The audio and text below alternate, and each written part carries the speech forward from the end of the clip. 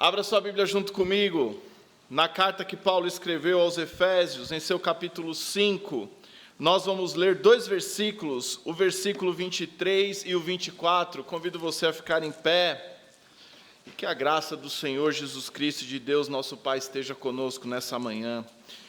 Efésios 5, 23 e 24, a palavra do eterno Deus nos diz o seguinte: porque o marido é a cabeça da mulher, como também Cristo é a cabeça da igreja, sendo ele próprio o Salvador do corpo.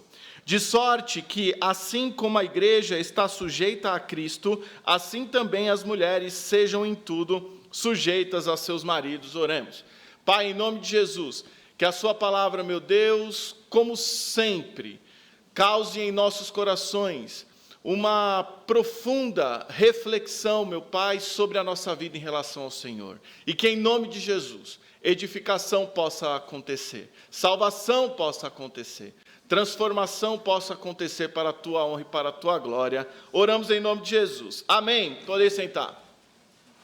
Há 15 dias preguei, Igreja, o ministério de Jesus. E hoje, com a graça do Senhor, pregarei Jesus, o ministério da igreja. O livro de Efésios é riquíssimo em doutrina, riquíssimo em conhecimento acerca da salvação. Os 3 primeiros capítulos de Efésios se dedicam a mostrar a salvação em Jesus Cristo. No capítulo 1 fala que fomos selados pelo Espírito Santo. No capítulo 2 fala que a salvação é pela graça. No capítulo 3 fala que Jesus nos compartilhou sua multiforme sabedoria e que por essa multiforme sabedoria somos ricos. Já no capítulo 4, o apóstolo Paulo enfatiza a prática da vida cristã. Inclusive, na pandemia, estudamos a carta de Paulo aos Efésios em todos os seus detalhes. No capítulo 5, debaixo dessas duas referências, nós encontramos conselhos para a família. E há 15 dias eu comentei que Cristo se entregou pela igreja porque ama a igreja. Cristo santificou a igreja porque ama a igreja. E Cristo alimentou e alimenta a igreja porque ama a igreja. A palavra de Deus nos fala que nós amamos a Cristo porque Ele nos amou primeiro. E a igreja ainda usufrui dessa entrega de Jesus Cristo. A igreja segue sendo alimentada por Jesus Cristo. E a igreja segue sendo santificada por Jesus Cristo. Jesus não existe por causa da igreja, mas a igreja existe por causa de Cristo. Amém. E por isso, somos igreja. E por isso, o nosso objetivo único, claro, é Jesus Cristo. Afinal de contas, Cristo é o ministério da igreja. Vamos pensar um pouco sobre isso. Esse púlpito de madeira lindo existe por causa de Cristo. Os bancos que nós temos existem por causa de Cristo. O prédio, as luzes, as TVs, os data shows, o relógio existem por causa de Cristo. O prédio de educação, os estacionamentos, os instrumentos existem por causa de Cristo. Tudo, toda a estrutura física aqui existe por causa de Cristo. Vamos falar de coisas vivas. Os pastores existem por causa de Cristo. O povo existe por causa de Cristo. Os diáconos que servem a igreja existem por causa de Cristo. Os líderes de ministério existem por causa de Cristo. A escola dominical existe por causa de Cristo. O culto matutino existe por causa de Cristo. O culto de oração existe por causa de Cristo. Todos os trabalhos da igreja existem por causa de Cristo. Tudo é por Cristo. Tudo é para Cristo. E louvado seja Deus, que o Senhor tem abençoado essa igreja com todo tipo de estrutura. Nós louvamos a Deus por isso, porque temos pastores comprometidos com as suas ovelhas, temos diáconos comprometidos com a igreja, temos voluntários, líderes de ministério, tem aqueles que dedicam suas vidas para o ministério, para o serviço, e nós somos ricos, irmãos. Nós somos ricos, mas não por causa dessas coisas. Nós somos ricos porque temos Jesus Cristo, o nosso Senhor. Essa é a nossa riqueza. Cristo é a nossa riqueza. E não tudo o que Cristo nos deu. Tudo o que Cristo nos deu é uma bênção, tem o seu valor, um valor importante. Mas a nossa riqueza, e só somos ricos por causa de Cristo. E essa igreja existe por causa de Cristo. Irmãos, infelizmente, eu falava essa semana no seminário para um grupo de alunos. Infelizmente, muitas coisas ruins acontecem no meio do povo de Deus por uma razão: o esquecimento do objetivo, o esquecimento de para quem é que se trabalha. Porque existem tantas confusões, por tantos motivos que são supérfluos. Falava também na mocidade agora, é impressionante como parece que a igreja se contaminou com assuntos que não são importantes para o reino. Porque o assunto da igreja deve ser Cristo. E nós não discordamos em nada sobre este assunto. O texto que li diz: Cristo é o cabeça da igreja. Cristo é o líder da igreja. E na condição de corpo que somos, nós não guiamos a cabeça. É a cabeça que nos guia. Cristo é quem nos guia. E como igreja, a palavra de Deus diz que nós devemos estar sujeitos em tudo a Jesus. E usa o comparativo da esposa em relação ao marido. Porque em todo o livro de Efésios se apresenta essa referência: Cristo é a cabeça do corpo chamado igreja. E nós devemos, irmãos, estar sujeitos a Cristo, basicamente em três coisas. Em primeiro lugar, nós devemos estar sujeitos a Cristo na unidade.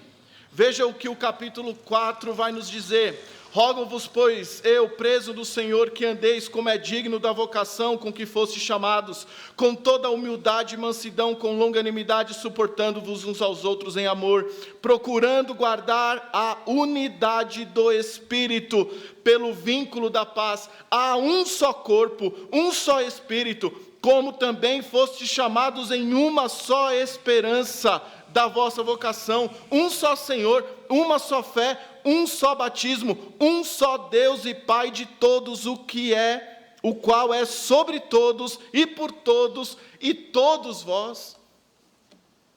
Nós estamos unidos em Cristo. Cristo é a cabeça do corpo, ou seja, Cristo e a igreja é um corpo só. Portanto, se alguém fala mal da igreja, fala mal de Cristo.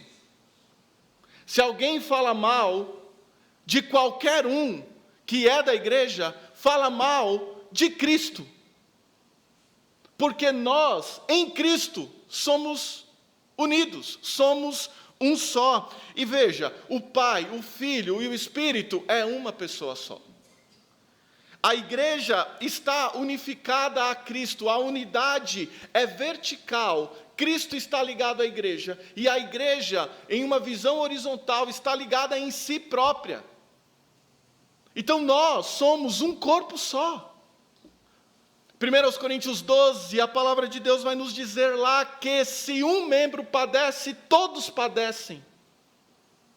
Então nós temos que nos importar uns com os outros, como igreja do Senhor Jesus Cristo. Porque não existem duas cabeças ou não existem dois corpos, só existe uma cabeça, e essa cabeça é Cristo. O corpo vive em função da cabeça que é Cristo. Ou seja, o ministério da igreja é Cristo. Somos unidos por Cristo. Devemos andar juntos por Cristo. Pouco importa os assuntos dessa vida, porque o assunto da igreja deve ser Cristo. E em Cristo nós devemos andar juntos. Essa nossa unidade deve refletir a unidade trina de Deus. Ou seja, a unidade da fé é composta entre Cristo e a igreja. Por isso que nós precisamos andar juntos. Por isso que precisamos deixar as coisas supérfluas desta vida nos separarem. Nós precisamos deixar. Nós precisamos, irmãos, em nome de Jesus, rejeitar esse tipo de coisa. Porque o nosso ministério é Cristo. E Cristo se entregou, não foi por alguns da igreja. Cristo se entregou pela igreja. Cristo não se entregou pelos anjos.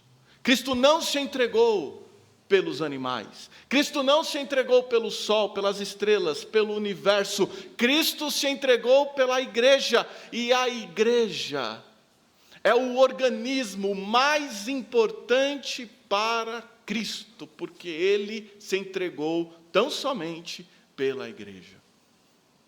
E interessante é que todos são convidados a se ingressarem na igreja, confessando Jesus como Senhor e como Salvador. A igreja não é uma tampa, uma panela com tampa. A igreja é aberta, as portas estão abertas. Entra quem confessa Jesus como Senhor e Salvador. E quem entra deve ser acolhido, abraçado e integrado. Porque foi integrado ao corpo de Cristo e deve ser integrado à igreja do Senhor. Irmãos, o Senhor nos chama à unidade. E se o ministério da nossa vida é Jesus, andaremos unidos para a glória de Jesus. Mas há uma segunda coisa. Nós, como igreja, devemos ser sujeita a Cristo na responsabilidade. Na unidade é verdade, mas também na responsabilidade.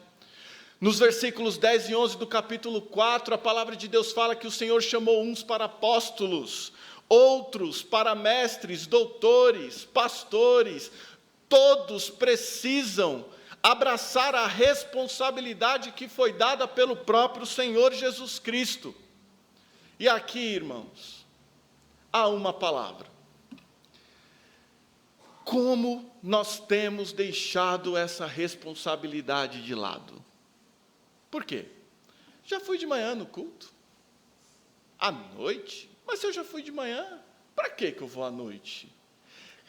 O culto de manhã, a escola dominical, o culto à noite, o culto de oração, os cultos, todos os cultos, dos adolescentes, dos jovens, das crianças, dos adultos, dos casais, todos os cultos apontam para Cristo. E se você e eu não chegamos para cultuar, podendo vir, se nós não chegamos por opção própria, nós estamos desrespeitando a responsabilidade que Cristo nos deu. Nós temos que ocupar o nosso lugar. Se você pode vir em um culto e não vem, você desonra a responsabilidade dada pelo próprio dono da igreja, Jesus Cristo. Se eu sou pastor é porque Cristo me colocou nessa condição, e o poder e a autoridade que tenho como pastor não pode ser para benefício próprio, deve ser única e exclusivamente para Cristo. Então a minha pregação deve ser para Cristo, os meus aconselhamentos devem direcionar a Cristo, os discipulados devem direcionar a Cristo. tudo deve ser direcionado a Cristo. Você que toca, você que ensina a palavra de Deus, tudo, o seu som deve ser alocado a Cristo. Quando você canta, louva, deve ser direcionado o louvor a Cristo. Essa é a responsabilidade que temos como igreja. E se estamos sujeitos a isso, precisamos assumir a responsabilidade e cumprir a responsabilidade que foi nos dada por Cristo. Ou seja, irmãos, nós precisamos ter uma vida de oração, uma vida de leitura da palavra de Deus. Nós precisamos ter uma vida de comprometimento com a igreja de Cristo. Sábado tem um culto. Mas eu já vou amanhã. Irmãos, cada culto é para Cristo e cada culto é uma oportunidade de cumprirmos a responsabilidade dada por Jesus. O próprio Senhor vai nos dizer: até que todos cheguemos à unidade da fé e ao conhecimento do Filho de Deus, a homem perfeito, à medida da estatura completa de Cristo. Então, o corpo se ajusta e se consolida em torno de Cristo. Nós precisamos assumir essa responsabilidade e assumir este compromisso. E isso, irmãos, não é a igreja como um todo, porque a igreja está aberta em todos os cultos para adorar a Cristo, mas nós individualmente precisamos reconhecer essa responsabilidade dada por Jesus. Mas teve a pandemia, mas teve isso, teve aquilo, teve um monte de coisa, e é verdade, mas a pandemia não é maior que Cristo, a pandemia não foi maior que Cristo, os empecilhos não são maiores que Cristo. E o nosso coração rasga como o papel mais fino que existe nesse mundo, quando muitos irmãos e irmãs que queriam estar aqui e não estão por algum problema que realmente os impede de chegarem. É impressionante. Como eu queria estar no culto, como eu queria ir para a igreja, como eu queria.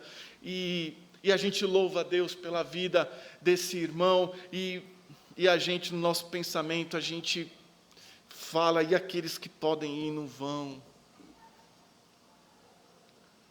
É que a gente tem que orar por Cristo, porque se a gente fosse orar pelas coisas que nós pensamos, a gente ia orar para que Deus mandasse cada coisa para esses irmãos que podiam estar aqui e não estão.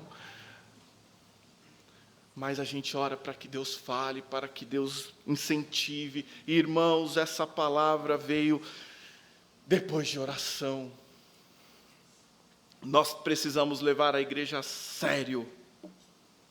Por quê? Porque a igreja está sujeita a Cristo. Então você não está aqui por causa dos pastores, você não está aqui para encontrar os irmãos, você não está aqui para nada disso, você está aqui por Cristo. O único é Cristo. E aí as bênçãos vêm, a comunhão, nós vamos ter um café, tudo isso vem, mas tudo isso tem uma razão: Cristo. Mas há uma terceira coisa, rapidamente. O Senhor nos chamou à unidade, o Senhor nos chamou na responsabilidade, e o Senhor pede que sejamos sujeitos também na santidade. Porque no capítulo 4, versículo 30, a palavra de Deus diz ali que nós não devemos entristecer o Espírito Santo de Deus. E nos versículos anteriores a este, a palavra é clara que nós devemos abandonar as práticas daqueles que não professam a fé em Jesus. Como vimos, há 15 dias, Cristo santificou a igreja, compartilhando a sua própria vida. A vida de Cristo está em nós, como nos diz João 14, 23. Então nós somos santos, somos santificados, porque Cristo nos santificou. Então nós devemos viver em santidade, abandono de pecado.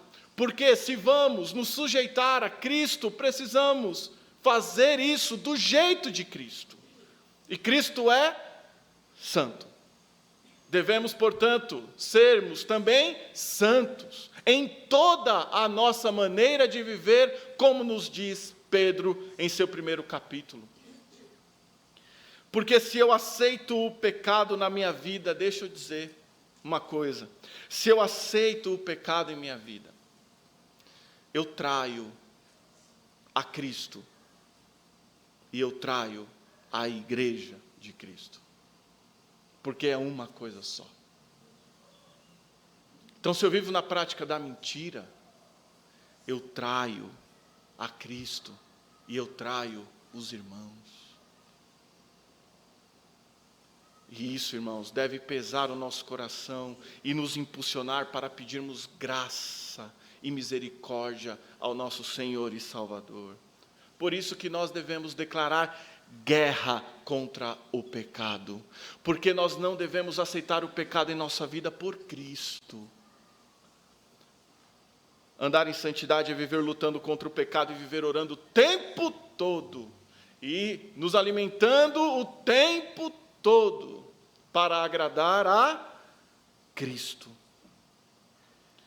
E eis aqui o nosso povo, irmãos. Nosso povo é este. O nosso povo é o povo de Cristo, o sacerdócio real, a nação santa. Somos de Cristo. Então a nossa vida toda deve ser direcionada a Cristo. Não vamos nos deixar contaminar por nenhum assunto fora de Cristo. Nenhum assunto. Nosso ministério é Cristo. Então, o convite de hoje, nessa manhã, é que vivamos tudo por Cristo. Tudo. 1 João 4,9 diz que nós devemos viver por aquele que foi enviado de Deus. Nosso ministério é Cristo. Nossa vida é Cristo. Glórias sejam dadas para sempre a Cristo. Deus os abençoe.